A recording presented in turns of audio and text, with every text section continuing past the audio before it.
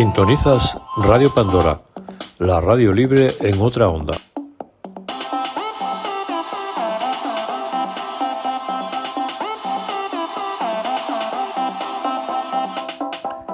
Había tenido turno de tarde, un día de curro infernal.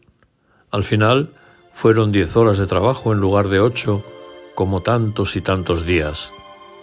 Decidí regresar a casa caminando para despejar la cabeza. Ya habían pasado las 12 de la noche.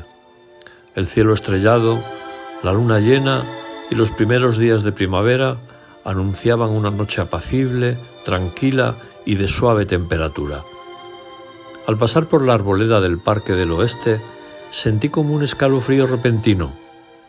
Sin más dilación, aparecieron las primeras gotas de agua que venían a rematar mi tortuoso día de trabajo. Me refugié en una marquesina acristalada de las muchas que había en el parque. El pequeño aguacero cesó tan repentinamente como empezó. Saqué la cabeza de debajo de la marquesina por ver si aún chispeaba, pero la lluvia había cesado totalmente. Recogí mi mochila y al retomar el camino oí como un susurro, un ligero rumor.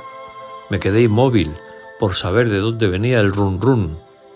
Nada, no oí nada. Seguí caminando despacio y de pronto otra vez. El susurro, que con más claridad decía: «Por favor, ayuda». Justo delante de mí, al pie del magnolio central, una sombra de persona sentada en un banco del parque. Con cierta cautela me acerqué lentamente mientras iba diciendo: «¿Se encuentra usted bien?». El susurro era ahora más claro y repetía una y otra vez: «Ayuda, por favor, ayuda, por favor». Pude saber entonces que se trataba de una voz femenina. Una mujer de mediana estatura, extremadamente delgada, de pelo rubio con acento francés, cubierta con un chal negro, pingando por el aguacero. No le pude ver el rostro. Quizás se trataba de la mujer sin rostro. Me acerqué lo que pude, guardando una distancia de seguridad, tal como hacen los gatos cuando un humano se acerca a ellos. «¿Le puedo ayudar en algo?». «Me he perdido», respondió, «y no sé cómo volver a mi casa». Le pregunté su nombre y me dijo que prefería dejarlo en el anonimato. Le pregunté entonces dónde vivía para poder indicarle qué dirección debería de tomar o incluso acompañarla. Me respondió que no sabía, porque estaba con unos amigos y había salido a tomar el aire. Intenté acercarme más por verle el rostro, pero era algo sorprendente, como si no tuviese cara. Me asusté y retrocedí unos pasos. De pronto varias voces lejanas, como si estuvieran buscando a alguien perdido. «¡Pajarito! ¡Pajarito! ¡Pajarito!». Las voces cada vez eran más cercanas. Le pregunté si Pajarito era ella.